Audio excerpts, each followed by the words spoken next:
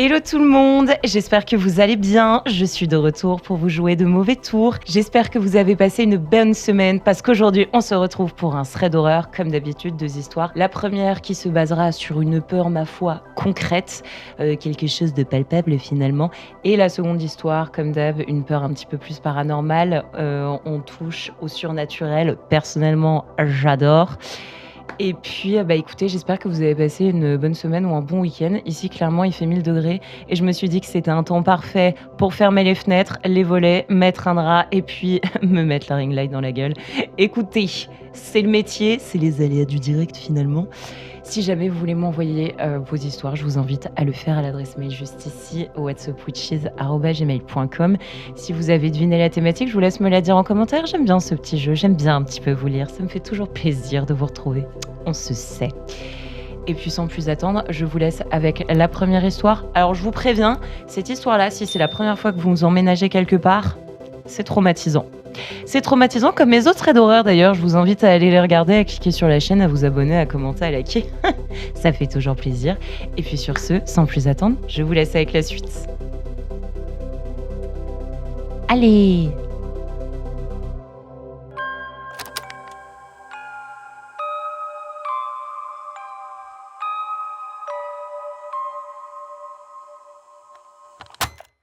Je m'appelle Lille.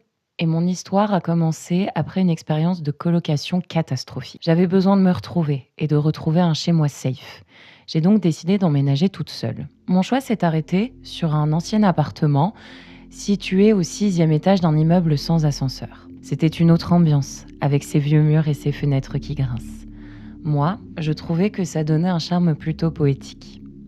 Et j'étais soulagée et contente de ce nouveau départ. Les premières semaines se sont bien passées. J'étais heureuse. Jusqu'à ce que je commence à remarquer certaines choses. Déjà, j'avais souvent cette sensation bizarre d'être observée. Mais bon, au 6e étage, c'est difficile de se faire cambrioler. J'ai donc mis ça sur le compte de mon traumatisme de colocation. Mais quand même, parfois quand je rentrais, il y avait ces petites anomalies.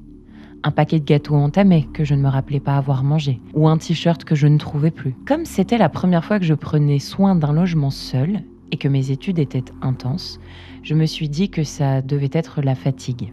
Mais mon intuition n'était pas tout à fait d'accord. Un soir, lorsque je suis rentrée chez moi, j'ai trouvé la porte de mon frigo mal fermée. Alors autant je peux être désordonnée, autant je fais très attention à ce genre de choses. Situation financière et écologie oblige. Je suis donc restée plantée là, devant la porte de mon frigo, à la fixer. J'étais persuadée de l'avoir fermée.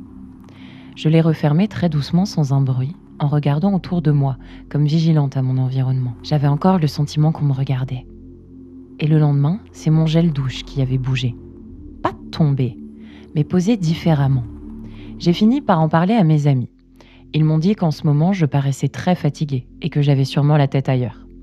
Avec la grosse période de partiel qu'on traversait, je me suis dit qu'ils avaient peut-être raison et que je me prenais la tête pour rien. Même si au fond, je sentais que quelque chose n'allait pas. Une nuit, j'avais du mal à m'endormir à cause du stress lié aux examens. Je me tournais et me retournais dans mon lit et c'est à ce moment-là que j'ai entendu un grincement dans mon appartement. Comme si quelqu'un marchait lentement sur mon parquet. Je suis restée immobile, les yeux grands ouverts, l'oreille tendue. Mais le bruit a cessé. Et là, je me suis dit « Allez, c'est bon, mon appartement est hanté ». Étant donné la vieillesse de la bâtisse et mon imagination débordante, ça a été ma première pensée. Et puis quelque chose a cliqué. C'était un bruit discret, métallique, comme une poignée de porte qu'on relèverait très doucement. Et là, je me suis dit, ok, les fantômes, normalement, ça n'utilise pas les portes. Sans un bruit, j'ai pris mon téléphone sur ma table de chevet et j'ai envoyé un message à Selim, mon meilleur ami. J'ai besoin que tu viennes vite. Je crois qu'il y a quelqu'un chez moi. J'ai fini par me cacher discrètement sous le lit en attendant son arrivée 10 minutes plus tard. Quand il a sonné, j'ai foncé directement vers la porte tant j'étais terrifiée. Je n'osais même plus respirer tant j'avais peur de ce qui pouvait se passer. Ensemble, nous avons inspecté l'appartement à la lampe torche, voulant pouvoir aveugler quiconque pouvait se trouver à l'intérieur. Au début, nous n'avons rien trouvé, sauf au niveau du placard de l'entrée. Quand nous l'avons ouvert, Selim a remarqué une petite plaque en contreplaqué qui avait été décalée. Nous nous sommes regardés le souffle court. qu'est-ce que nous allions trouver derrière? Est-ce que quelqu'un allait nous sauter dessus? Et si oui, est-ce que cette personne était armée? C'est Selim qui a eu le courage de la pousser, révélant un espace vide entre les murs. Un renfoncement caché dans lequel nous avons trouvé un sac de couchage, une bouteille d'eau et des restes de nourriture emballés. J'étais quand même soulagée de voir qu'il n'y avait personne à l'intérieur. Et c'est alors que j'ai baissé les yeux et sur le sol, j'ai vu un Polaroid. J'étais surprise parce que j'avais perdu mon appareil quelques semaines plus tôt. Quand je m'en suis saisie, j'ai réalisé qu'il s'agissait d'une photo de moi en train de dormir. On s'est regardé avec Selim, choqué, ne sachant pas quoi dire. Il a fini par me tirer par la manche en disant « On sort maintenant et on appelle la police ». J'avais l'impression de ne plus avoir de sang dans mes veines. Qui que ce soit, cette personne m'avait prise en photo alors que je dormais. La police est arrivée assez vite. Ils ont fouillé tout l'appartement, mais il était vide. L'intrus ou l'intruse avait dû partir au moment où j'avais entendu le clic. J'ai passé la nuit chez Selim et le lendemain, nous sommes allés chercher quelques affaires. Je savais qu'il n'y avait plus rien à craindre, l'accès avait été sécurisé, mais je ne voulais pas passer une nuit de plus dans cet appartement. Plus tard, les propriétaires ont été mis au courant et en parlant tous les trois, ils m'ont expliqué que, dans des immeubles aussi vieux, des conduits techniques pouvaient relier plusieurs appartements entre eux. Le squatteur ou la squatteuse avait peut-être réussi à entrer dans une cave ou un appartement inhabité. Je n'ai jamais su qui c'était et après avoir déménagé, je n'ai plus de nouvelles des proprios. Je suis contente de m'en être sortie, mais je me demande encore ce qui se serait passé si je m'étais réveillée cette nuit-là, lorsque la photo a été prise. Ou ce qui se serait passé si je n'avais pas fait d'insomnie. Je n'aurais jamais entendu le clic. Aujourd'hui, je suis en coloc avec la sœur de Selim et tout va bien. Mais je pense qu'il me faudra encore du temps pour me remettre de ce traumatisme.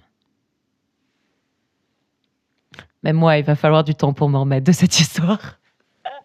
En effet, traumatisme. Et puis, je pense que mot de la fin, les colocations, c'est vraiment pas fait pour toi. Bon, après, on espère que ça se passe bien avec la sœur de Selim, mais waouh, t'imagines? C'est terrifiant. Parce qu'en fait, soit d'un côté, déjà des deux côtés, il y a quelqu'un chez toi, sauf que d'un côté, c'est tangible et de l'autre, c'est pas palpable. Et cette remarque de mais en fait, les fantômes, ça n'utilise pas les poignées de porte. Très bonne remarque, Lille. Alors ça, on croise les doigts pour que ça ne nous arrive jamais. J'ai déjà entendu ce genre d'histoire déjà dans les vidéos de Squeezie. Et aussi, j'avais fait une vidéo où c'était une personne, il y avait un ouvrier ou une ouvrière qui avait encore les clés de chez lui et qui rentrait comme ça, tranquille, pépouze, pépère, c'est chez moi. Et vraiment, le truc de t'es chez toi, ta zone de confort, et il y a quelqu'un que tu connais pas qui est tranquille, pépouze chez toi, non. Personnellement, j'espère que ça ne m'arrivera jamais. Autant je dis ça pour toutes les histoires, mais imaginez quand c'est votre enfant, si vous en désirez, ou même votre neveu, votre nièce ou que sais-je, juste un enfant qui vient vous voir et qui dit « Il y a peut-être quelqu'un dans ma chambre ». Personne n'a envie de vivre ça. On va le vivre maintenant avec la seconde histoire.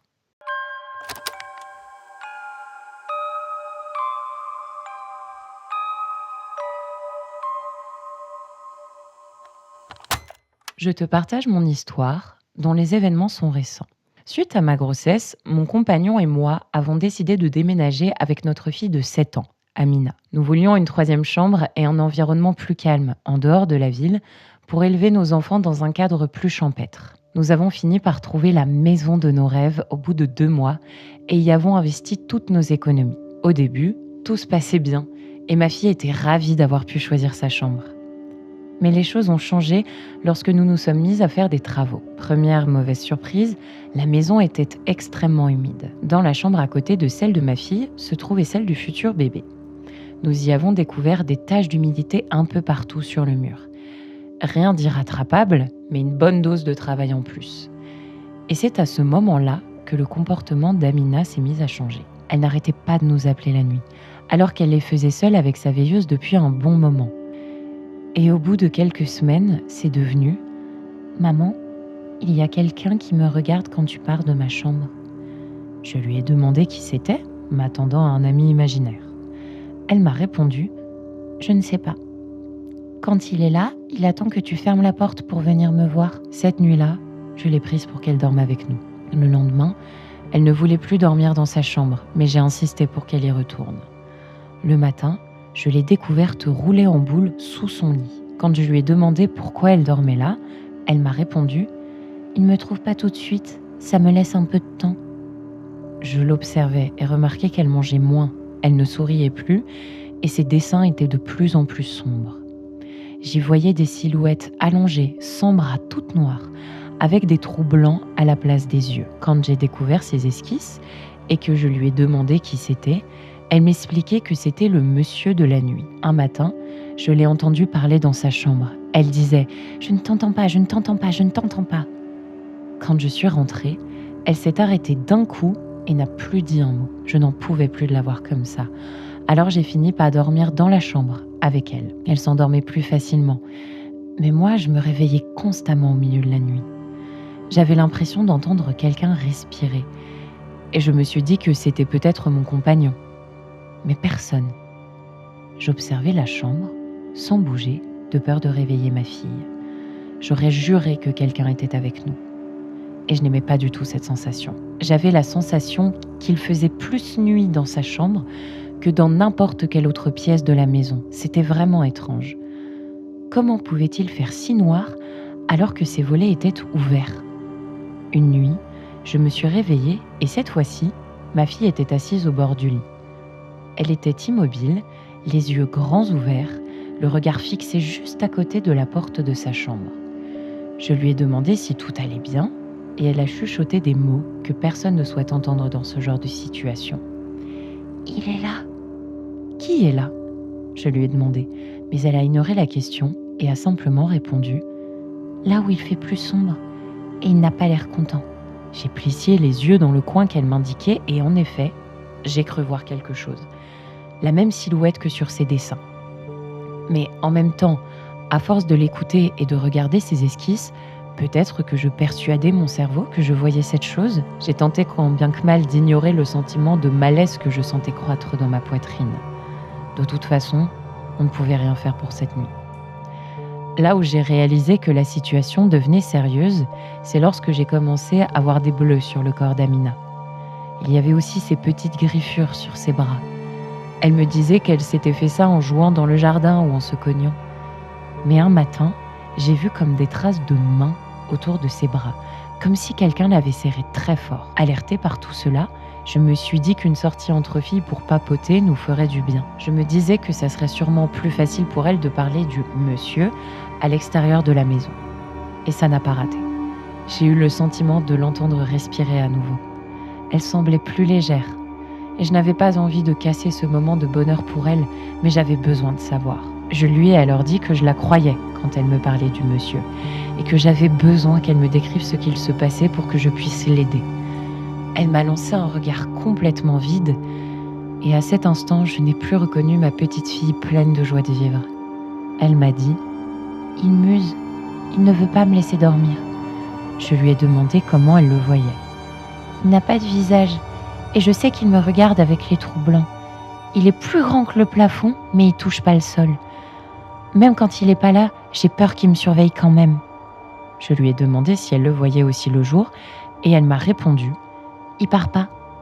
Il se met juste dans les coins où je regarde pas, et il attend. » Je ne savais pas quoi dire, tant j'étais horrifiée par ce que j'étais en train d'entendre. Il fallait que nous partions, mais nous avions mis tout notre argent dans cette maison, et j'accouchais dans quelques mois.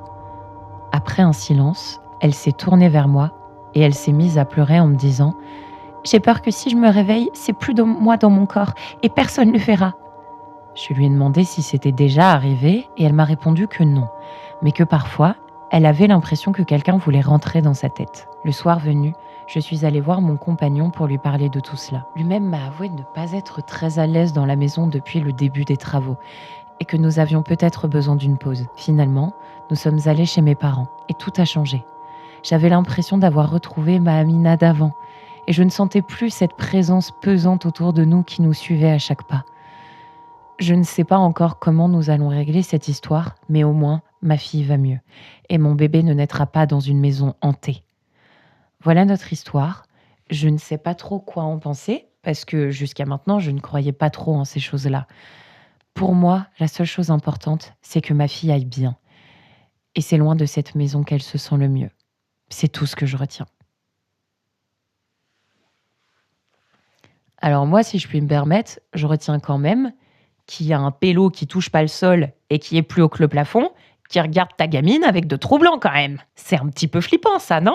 Il y a des gens qui ont, je sais pas, la phobie des espaces clos. Clairement, j'en fais partie. Des personnes qui ont peur de la foule, des personnes qui ont peur des clowns. Cet enfant, Amina, a peur qu'il y ait quelqu'un qui prenne possession de son corps. Et elle a 7 ans. Personne n'aimerait être à la place de cet enfant, comme de la maman, bon, comme du papa, comme de tout le monde en fait. Personne n'aimerait se retrouver dans cette maison, ok? Absolument terrifiant. En tout cas, bien contente que ça aille mieux. Et puis, bah, de toute façon, quoi que ce soit, qu'on y croit, qu'on n'y croit pas, comme tu le dis, en fait, bah, le plus important, c'est que tout le monde aille mieux, tout le monde se sente mieux, bah, parce que clairement, personne n'aimerait être à votre place. Terrifiant.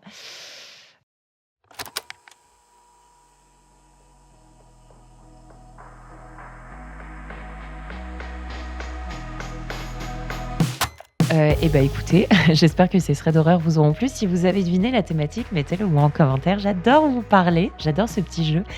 Également, si vous avez des idées, comme d'habitude, je suis preneuse, ça me fait tellement plaisir de vous lire à chaque fois. Bienvenue aux nouvelles personnes sur la chaîne. Si vous avez envie de continuer de passer une bonne soirée dans un épanouissement tout à fait serein, n'hésitez pas à checker mes autres threads d'horreur. C'est un bon moment et une partie de plaisir. Et puis encore une fois, pour les témoignages, whatsupwitches@gmail.com. Si jamais ce genre de choses ça vous arrive, écrivez-le moi.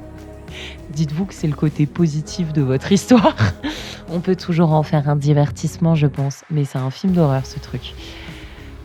Absolument terrifiant. Bon, et ben écoutez, sur ce, je vous souhaite une très bonne semaine, une très bonne journée et une bonne soirée. Qui sait quand est-ce que vous m'écoutez, pour les plus courageux et courageuses d'entre nous, j'ai envie de vous dire. N'hésitez pas à vous abonner, à liker la vidéo, à la partager, à commenter. Et sur ce, c'est une fin de tournage.